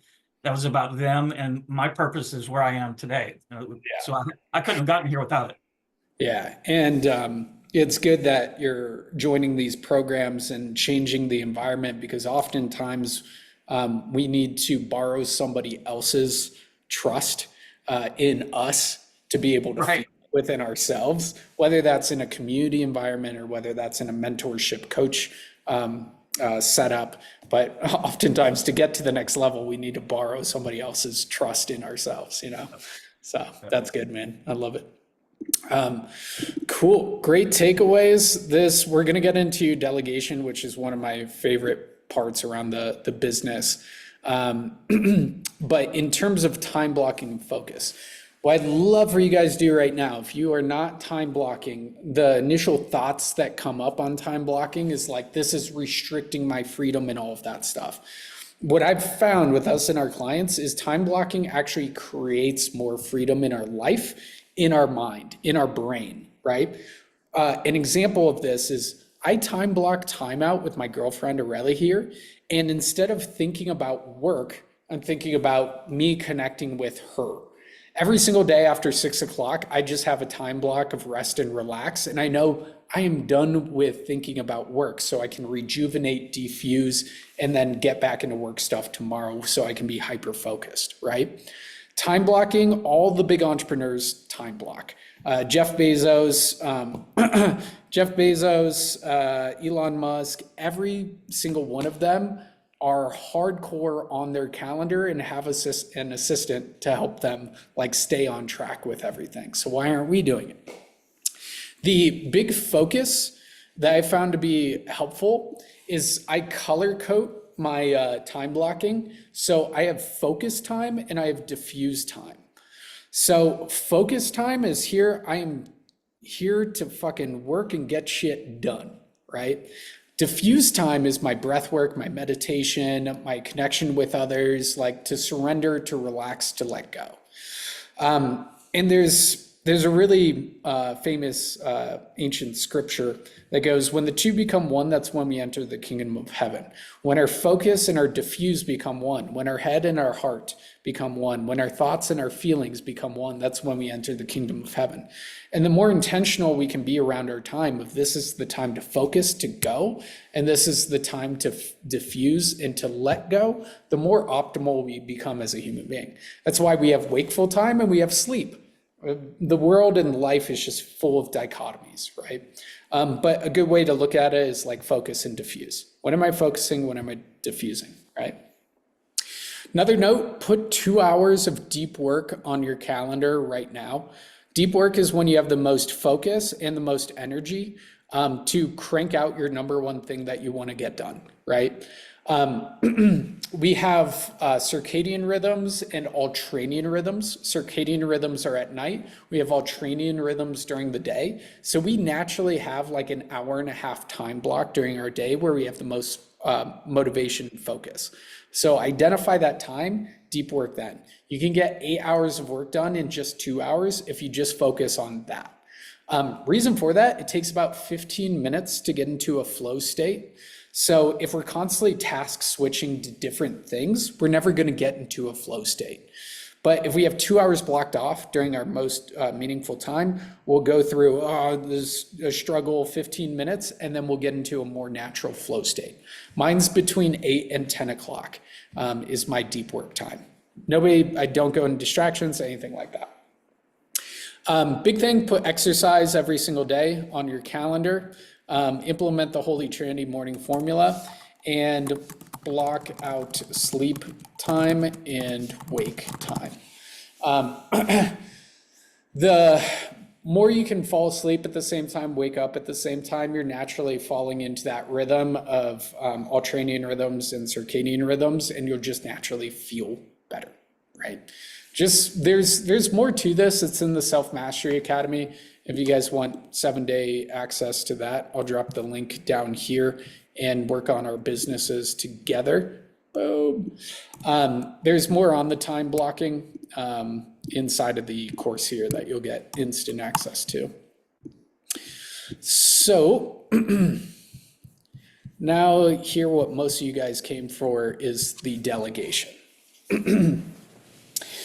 So with delegation, there are tasks that are like $10 per hour, and there are tasks that are like $500 and $1,000 and $2,000 per hour. Our objective as CEOs of our business is be doing more of the tasks that are $500, $1,000, $2,000 per hour. For example, me creating workshops and marketing material, and actually one of my biggest things is long form content on YouTube right now, or hiring, that sort of stuff. That's more of $1,000, $2,000 per hour task. I want to spend the majority of my time on those high leverage tasks, the thing that will create the maximum input with the minimum, maximum output with the minimum input, right? Creating like core marketing assets, hiring salespeople, working on your offer and optimizing your offers. Those are examples of really high level tasks that are $1,000 plus. Small tasks that can be just fucking draining, like editing videos, uploading videos, checking in with clients on payments and that sort of stuff. Those are more like $10 per hour tasks. And our goal of delegation is to delegate the ones that are the lower level tasks so we can focus on the higher level tasks, right? So assign each task that you're doing from like $5 to $1,000. If anything's under like your core number of how much your time is worth, just start work on delegating those things. One of our first hires should always be an executive assistant. This is just somebody who just takes shit off your plate. I have Maiko on my team who I've been working with for 3 years. I went through 12 executive assistants before I found her, but she loves figuring shit out. And she's super communicative. She loves ChatGPT, she loves YouTube, she loves Google and figuring it out. So most of my day, I'm like, this is like a fucking 10-hour or a $10 per hour task. Maiko, do this. Maiko, do this. Maiko, do this. And she does it, right? That's one of the most important things in delegation, is just identifying what are the lower level tasks, finding the person, getting that shit off your plate, right? That will save so much more time and energy for you. One awesome exercise that there's this dude, Dimitri, at Project Nuclear Mastermind in 2018, and he had us go through this exercise, which is a task audit. And it's from EOS. I put it down below. There are 4 quadrants. And what you want to do is identify the things that you love and you're great at. So this is like your dharma, your purpose, the seat that you want to live in, right? As a CEO, things that you love and you're great at. You just boom, rock them all out. Maybe it's YouTube video creation. Maybe it's maybe it's creating new VSLs. Maybe it is sales. Yada yada yada. But what are all those things that you're loving you're great at? The next category are the things that you like and you're good at. This is where your business as you scale can go to die. So you like these things, they don't fill you up with a lot of energy, but you're good at them, so you keep doing them, right? So the right-hand quadrant and the bottom left-hand quadrant are where you've got to be very cautious with these tasks, because you don't like this thing, but you're good at it. Like let's say it's sales. Like you're good at sales, but you don't actually fucking like it. As you're scaling 0 to 30K per month, definitely sales skill set is like the number one thing to build and work on. But as you scale, maybe you keep taking these sales calls because you're good at them and you don't think anybody else can do it. I promise you somebody else can do it. But you don't like it, so it drains your energy. It's not just that 1 hour on that sales call, it's like 3 hours worth of energy. And that's where businesses and entrepreneurs go to die. They continue to do the things that they don't like, but they're good at, right? And then things that you don't like and you're not good at, that's typically what entrepreneurs just totally freaking avoid. And they're like, no, no, no, no. But if it's a crucial element to your business, either number one, you just got to nut up and build that skill set, like offer creation or sales or marketing, different elements of that. But as you scale your business, you want to make sure you bring on the best team members, the best leverage for things that you don't like and you're not good at, right? For example, I hated creating new workshops back in the day. Now I love it. I've been doing it a lot more, but I hired Jimmy Rutowski to create our workshops, and then I would just present them back in 2020. And that was something that I don't like and I was not good at. We brought him on and he helped us scale to the next level with that. But I identified that was one thing, don't like, not good at. I had enough capital to invest and cool, I got it off my plate, right? Cool, task audit, helpful, Joseph. I'm seeing some head nods and Phil, cool. With delegation, who is always more important than what? Every single time. For example, I could have said back in 2019, when I was between sales reps, like, what do I need to do on sales call? But I said, who do I need to hire to scale this to the next level with sales? And I had a warm connection with Marco Cortese, who's now 7th Level's CEO, big 8-figure sales training company. But back in the day, he was just a sales rep. And I brought him onto the team. Him alone, he scaled our company 3x over that year. He tripled our business just from that one really good hire. You got to be mindful of your finances and how you're compensating them and how you're incentivizing them and all of that. And we have a whole roadmap on this inside of our programs if you want to go deeper into this. But what we want to do over time is replace ourselves from the value chain in business. So in marketing, how are we generating those leads, nurturing those leads, and getting them onto a book call? Who's responsible for that? Initially, it's going to be you, but as you're scaling past 100K, 200K, 300K per month, you want to identify the who to plug into place. For us, that was Jimmy Rutowski back in the day. And then it was Peter in our current business. They're responsible for generating leads, nurturing those leads, and getting them on sales calls. Then who's responsible for sales?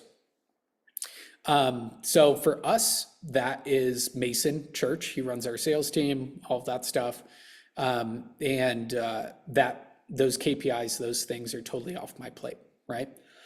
And then who's in charge of fulfillment? So Lauren, we have she's the fulfillment manager here. She's in charge of all fulfillment, right? Operations. Initially, it's your virtual assistant or executive assistant. And then as you scale to multiple 7 figures, you get a COO in place. That was Aaron Whalen for us. And an operations person is just in charge of setting KPI with the team members and making sure that they surpass KPI, key performance indicators. That's all an operations person. That's their main focus. I used to think it was like they were supposed to find the coolest tools and all of that stuff. That's not it. Setting KPI, surpassing KPI, right? And then finances, it starts with a bookkeeper. If you don't have a bookkeeper, please, for the love of God, get a bookkeeper. They will save you so much more. If you need an introduction to a bookkeeper, Sasha, who I've been working with for 5 years, amazing. Because our profit and loss statement is our scorecard as a CEO, as entrepreneurs, right? And if we don't have a profit and loss statement, we don't have a scorecard, and we're not going to improve, right? But as you scale past multiple 7 figures, you might want to look at a CFO, how you're allocating your capital, that sort of stuff. And then you're always running the vision and the offers, right? That's always you. But if you remove yourself from the value chain with these key hires, then that's how you run a self-sustaining 7-8 figure business. Is they're in charge of these KPIs for these different departments, and then you get to lead that team, right? So that's really key in delegation. Cool, makes sense with me on that? Sweet. And targets, just real big, quick things on targets. Make sure each of your team members have 3 core KPIs to track. So for sales, new units, revenue generated, and close percentage. Those might be the 3 things, right? So what are the 3 core numbers that they need to track? Each of your team members should know their 3 core numbers and be tracking that regularly, right? What are the 5 key activities that will move the needle the most? We call this the daily winning formula, and this is their actions. This is their goals. So for each team member, what are their goals, the 3 most important numbers, and then what are the 5 most important actions that are going to help them surpass those numbers and those KPIs? Having more than that is way too much. Identify the 5 core things. So for a salesperson, it's follow-ups and go high level after sales calls with our hot list. That's one thing, daily activity, daily winning formula. If our salesperson is doing that, they will surpass their KPIs, and then you have another list of them, right? And make sure you have a tracker. So end of day reports, and we use Airtable for tracking, all right? I don't have enough time to go into all of that right here, and I want to leave some time for Q&A with you guys. But the last thing that I want to get into, the most powerful delegation tools that I've used, Airtable plus Airtable Web Clipper to organize the delegation, Loom plus Loom AI to delegate visual delegation. So maybe it's not just like a quick thing to your VA and they need to know a little bit more. Then Loom, pop on Loom, send it over via Airtable Web Clipper, and then Slack for quick communication. Those are the 3 that we use primarily. So cool. So to recap with you guys before we go into Q&A, is what we talked about today. We went into the 7-figure self workshop. We talked about the problems, that there's an overproduction of cortisol, overactive amygdala, and then that's causing us to be our inauthentic self. But when we move from our amygdala to our prefrontal cortex through emotional mastery, we feel our best, optimize our state, change our story, change our strategy. And we talked about environment design, purposeful pain, the all is the mind, natural biohacking, and we did a little breathwork session together. Talked about time design, the importance of values, vision, beliefs, principles, building up skill sets, the seasons of life, time blocking. And then we hopped into delegation, delegating and elevating, getting shit off your plate to team members, and this little delegate, elevate exercise from EOS, which is really good. And next steps for you guys, if you want to continue on this journey right here, get help on your offers, your marketing, your sales, your fulfillment, your operations, scale from 0 to 6 figures or 6 figures to 7 figures. And also get 7 days to our Self-Mastery Academy, which comes with all these trainings around vision, values, beliefs, all that stuff. We've got the link right there for you. And if you guys got any value out of this, pop in the Facebook group right here, leave a quick testimonial, and I'll shoot you over this Google document. as a thank you, and implement, feel great, and make money and impact, and let's change the world together. So, cool. Sweet. I love it, guys. I talked a lot. So now it's time for you guys to talk. What are some questions that pop to the top of your head during this presentation? What are your big takeaways, action items, all that good stuff? Phil, Lauren, Aurelie, Kevin, Lewis, Ollie, Pat, Tanvir. See you guys. Yeah. Joseph. Yeah, so for me, it'd be just getting the time blocking going, do the time block and really follow through with it instead of time blocking and then not following through with it. Good, man. I love it. Especially with that deep work time. What I like to do is just say, hey, Siri, set a timer for 2 hours. And then she'll start the timer, and then I don't look at anything else for 2 hours. It might be building that funnel. It might be creating that YouTube video. It might be creating that pre-call asset. It might be hiring a new team member and working on that. But that would be really, really helpful in time blocking if you guys aren't doing that portion yet. So love it, Joseph. I have to block out time to spend with my wife. Yes, that's huge, man. Put it on the calendar. Yeah. You will notice the difference, and she will notice the difference too. Yeah. Where it's on my calendar, this is the only thing to focus on right now. I'm not thinking about business. Business thought might pop up, and then you're like, nope, this is relationship time. So I love that, Phil. Can I add something about delegate and elevate real quick? Yeah. I ran the traction system for 3 years in my previous business. And so delegate, the elevate part of it, you may have mentioned it, I may have missed it.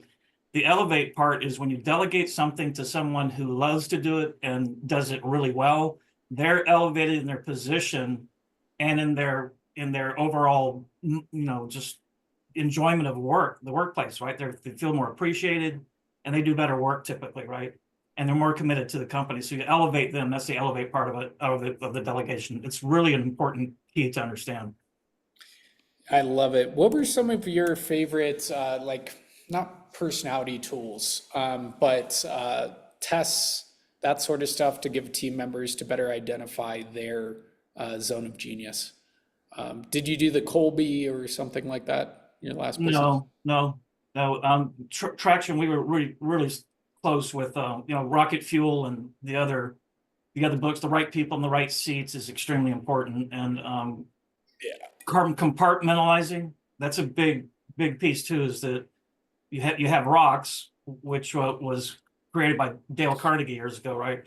Yeah. And just to try to make this quick, is you only do so many rocks in a quarter, and you focus on that quarter, and that way you don't have to focus on any of the other garbage that's swimming around your head that you may not be able to get to for 6 or 9 months anyway. So forget about it. Stay focused on this particular compartment, and it just releases a lot of the clutter.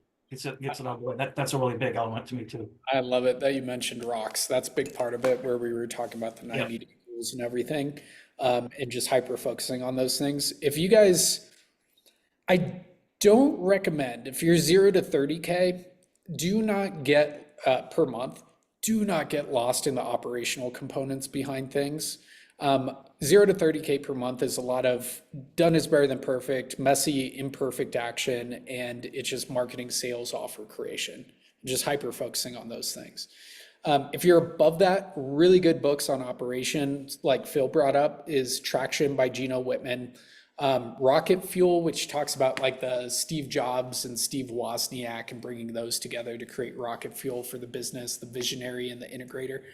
Then Scaling Up, Harvin, Steve Vernon, something like that. You'll find it. Scaling Up, really good operational book as well.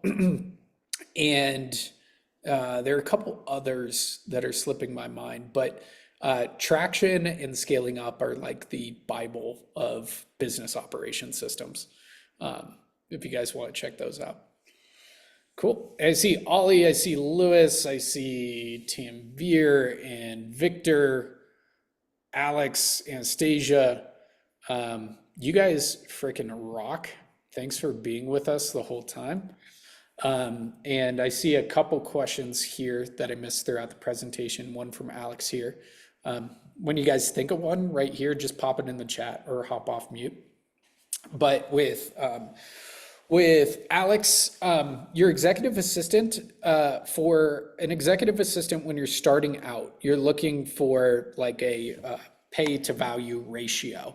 And the best pay to value ratio is typically from countries of Philippines, Argentina, and Venezuela. Their economies aren't the best, but they have a very hard-working culture in those three countries. I've hired everybody from different programs that I've joined and just asking people in those programs, who's the best executive assistant you know, or who's the best salesperson you know, all of that stuff. If you're just getting started and you're not a part of a higher level program right now, you can go to Fiverr and that sort of stuff to hire an executive assistant. But the key with hiring after that is A players know other A players. When you hire a really good hire, they will know other people to hire. For example, Mason, our salesperson, our sales manager, he's worked on so many different sales teams.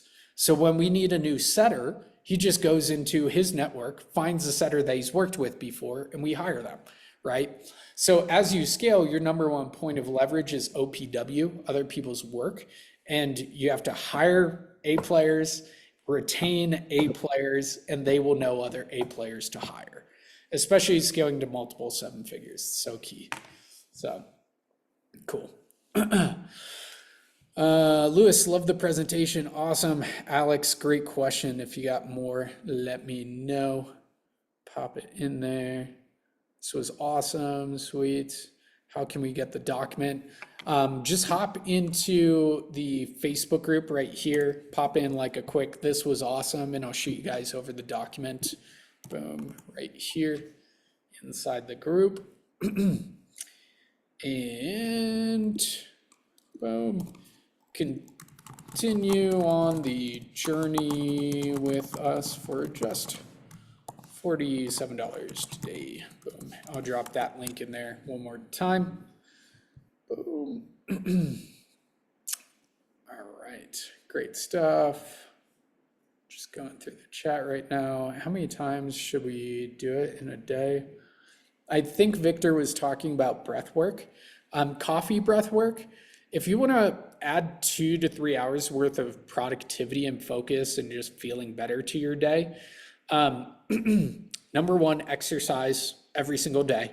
I prefer weightlifting. There are more biological reactions 20 minutes into weightlifting where we release more nitric oxide that kind of offsets our whole body and reduces stress a shit ton. And then do 2 to 3 power pivots like we did today. That will add so much more energy, focus, productivity to your days. Whenever let's say you're on back-to-back sales calls and your energy is feeling low, then just pop on that 5-minute breath work, that power pivot, and you'll reset, set new intentions, and you'll add more productivity to your days. How's that spelled? Cool. Share the document. Cool. Recognizing cortisol, getting lodged in my body. Yes. So good. Cool. Victor, great question. Sweet. Well, awesome, guys.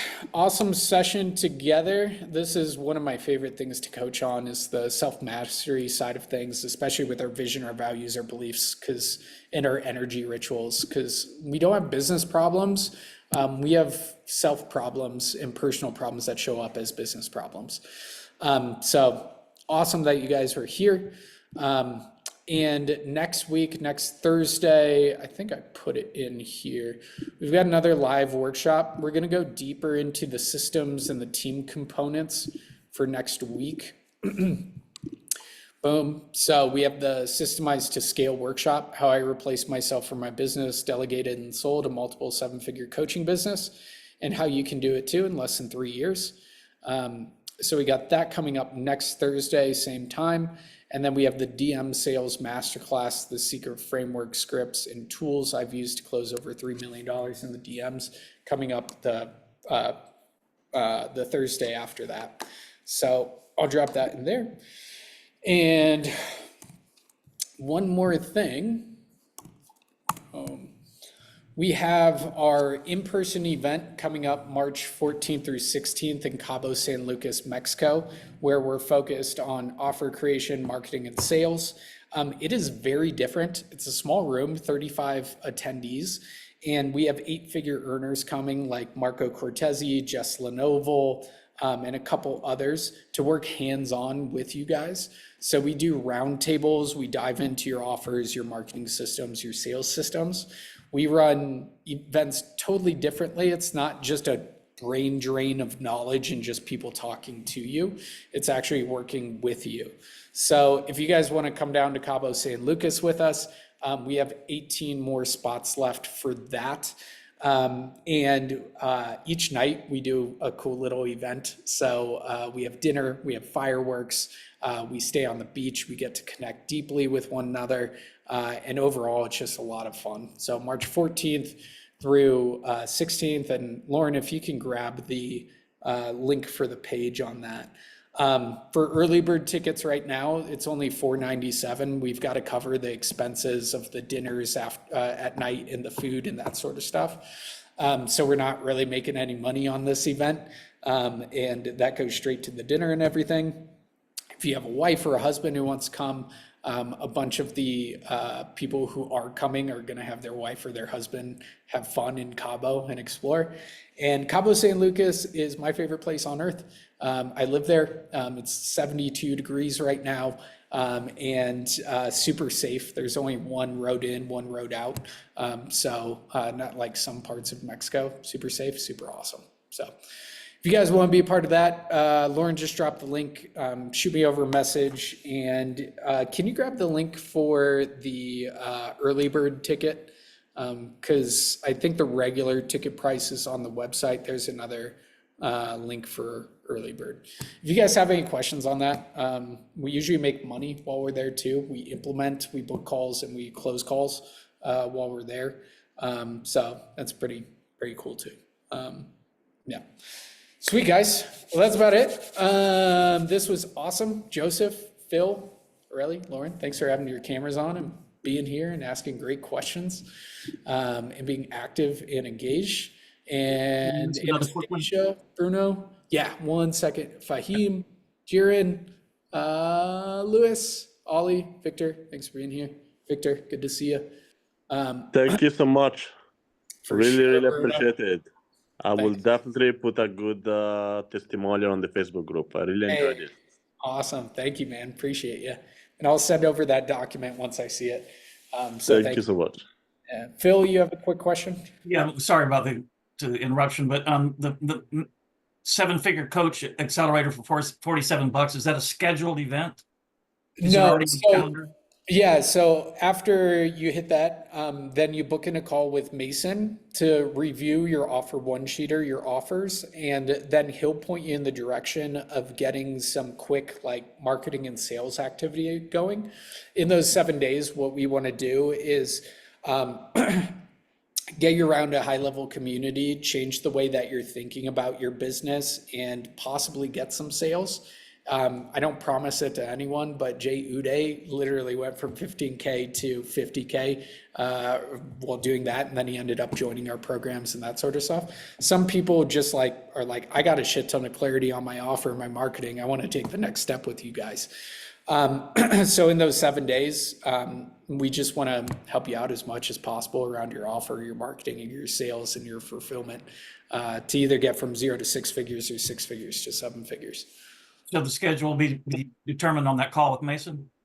Yeah, so for the group calls, most of those are at 12 p.m. EST, I think, every single day. He'll get you the whole schedule for that, and you get instant access to all of our trainings as well around offer creation, marketing, sales, fulfillment, all that stuff. Yeah. Okay, very good. I'm sitting down with Ron tomorrow, and we're finishing creation of the paid community. Yeah.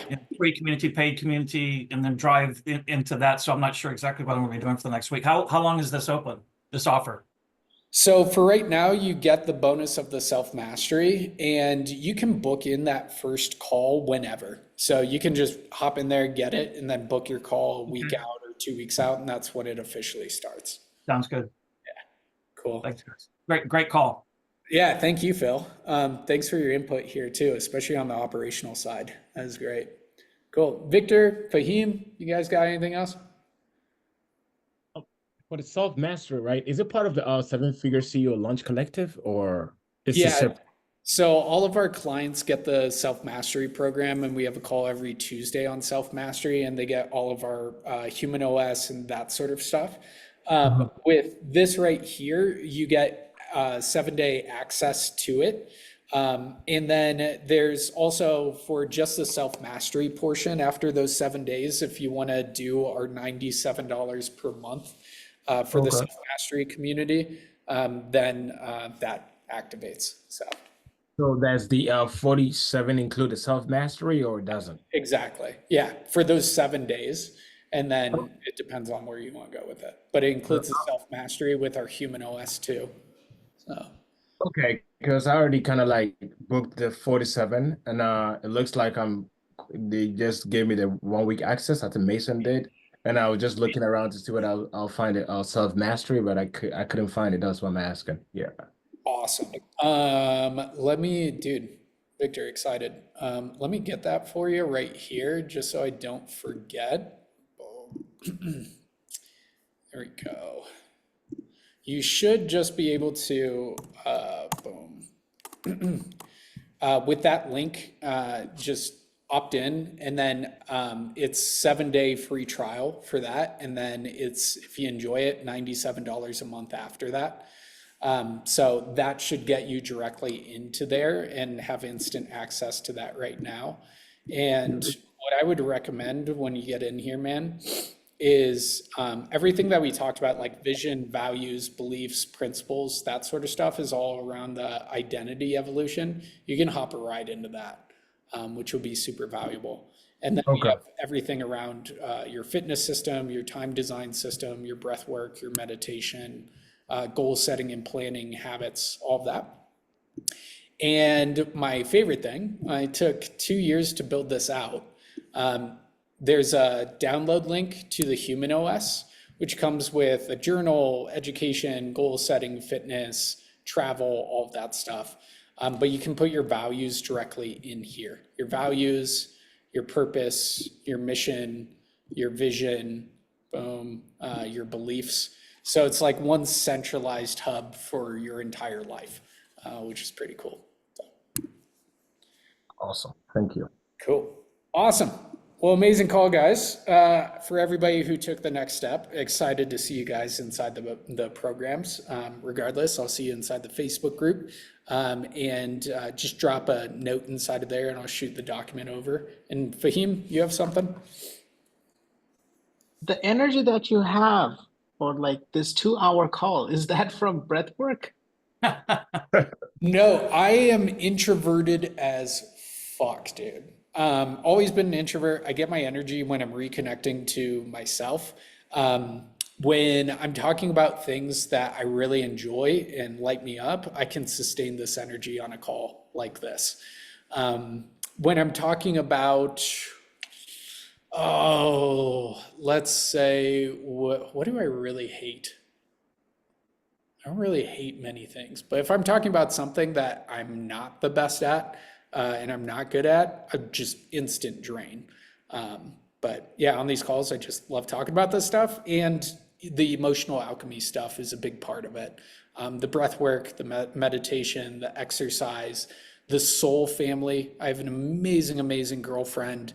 I have amazing, amazing friends, and I have a great, great team.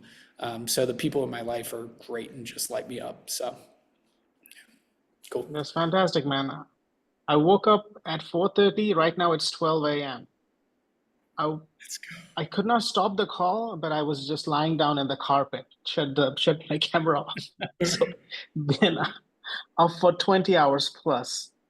But I gotta get some sleep, man. But like, dude, so much to learn. Thank you so much for being here. And just a quick tip for all you guys. we can get much better sleep if we do breath work before we sleep. I'll send you over a training on that, Fahim. It's a 15-minute breath work with Sandy, my favorite YouTube channel. And the reason for that is we build up a lot of cortisol stress throughout the day. We do a little bit of breath work before night. We get such deeper sleep.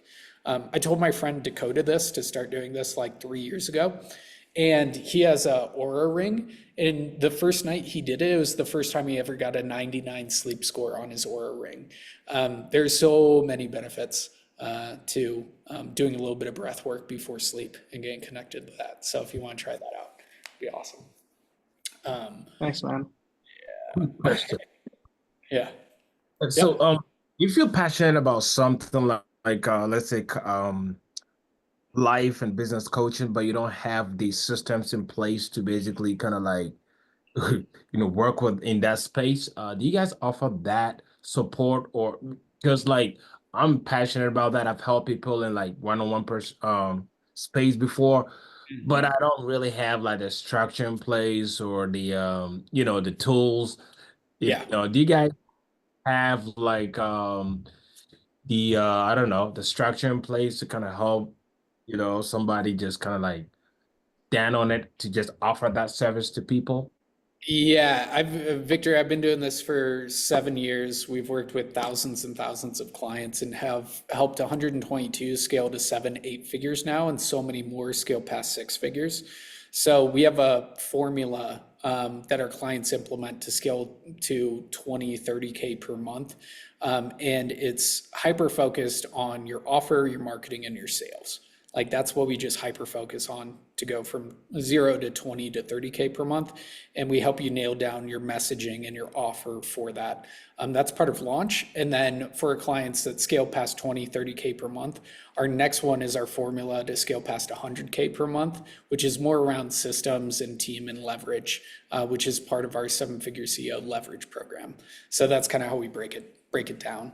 The hardest part is fucking getting started and dialing in a product market fit. My biggest recommendation is sell people what they want, give people what they need. So like I put on the front end, like we're business heavy, but what I love talking about is the self-mastery stuff. So that's why we have that every Tuesday and we have these self-mastery systems. Marketing wise, I'm selling what people want. And then once they're in, giving them what they need, right? It's just one thing to remember when you're getting started. And with offer creation, the thing that I hate, and I've been part of dozens of business coaching programs, is I've wasted so much time on messaging documents, on like Google Documents and filling that out, and my ideal client and that sort of stuff. You just need a rough like idea of who that person is. And have what we call an offer one-sheeter that Mason will talk to you about, and just move as much traffic that you don't own to traffic that you do own and build your audience. Best thing that I ever did in 2017 was start a community, a Facebook group at that time.